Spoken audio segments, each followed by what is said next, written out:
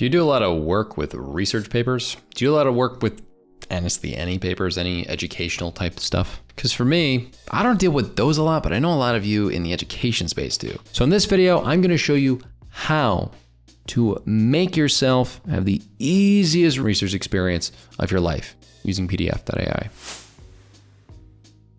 If I'm somebody who has been assigned a project for a class, and I'm doing a research paper and I'm checking my sources as to whether they're good. Let's say I'm doing a research paper on something like Watergate, for example. It's something I had to write about back in the day. I can look up something like the history of Watergate, and sure, I can go to a history.com article, but sometimes there are really much better articles or things to read through that are actually in PDF format.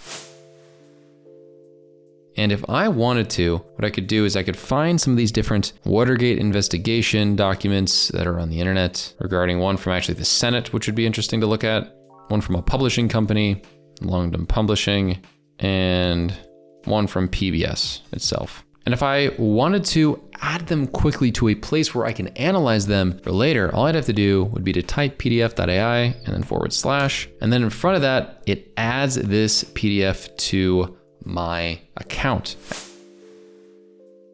And then from there, I would simply just go through and ask it questions. So as you can see right here, and you'll see also with the GPT analyzation of this, there's some suggested prompts that are really smart. So obviously I can just give a summary of the document just to learn more about what it's about. And if I wanted to, I could also do this in tandem. So I'm just gonna copy PDF.AI to the front of this again, the / and paste it and go through this as well. All right, I'm gonna add this to all of them. And I'm gonna get some summaries as to what all of these different ones are. And you'll notice that this immediately popped up and answered the question.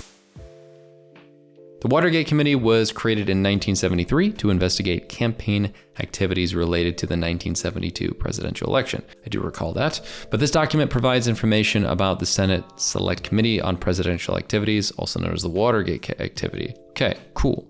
What about this document? Let me get some questions answered about this document. What legislation was passed after Nixon's resignation to prevent abuses of power? That's a great question. And then what led to calls for Nixon's impeachment? All these are great questions.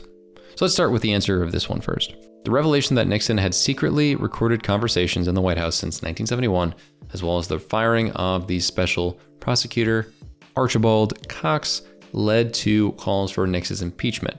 The recordings contained damaging evidence, including discussions about obstructing the FBI investigation of the Watergate break-in. Very interesting. Learn some context as to what led to calls for it. Now, what legislation was passed after Nixon's resignation to prevent abuses of power? Essentially after, several pieces were passed. One of these was the War Powers Resolution in 1973, which granted Congress power to have control over a president's power by reforming or removing certain powers.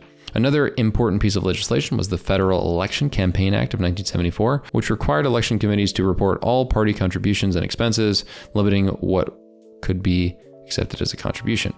Cool. Additionally, the Freedom of Information Act was passed in 1974, which allowed information held by the executive branch to be released to the public and media. These legislative measures aim to increase transparency and accountability in government. That's some good solutions actually for a guy doing what Nixon did. Cool, so I just learned a lot and have the ability to analyze all three of these great articles about Watergate with AI, literally by just typing this as a precursor to the beginning of this. It's pretty cool. So what are your thoughts on this? Do you enjoy how this whole process went? I mean, this automatic AI questions about the dang PDFs seems pretty good to me. All I had to do was a quick Google search, find some PDFs of different articles, and in a moment, with one little PDF.AI / I had all of them added into my account. As you can see here, in my account, immediately, in my experience of doing research was seamless, quick and easy. Access to information has never been better with AI and PDF.AI. That being said, thank you so much for watching this video. Make sure to check out more videos like this one and improve your skills using PDF.AI even more.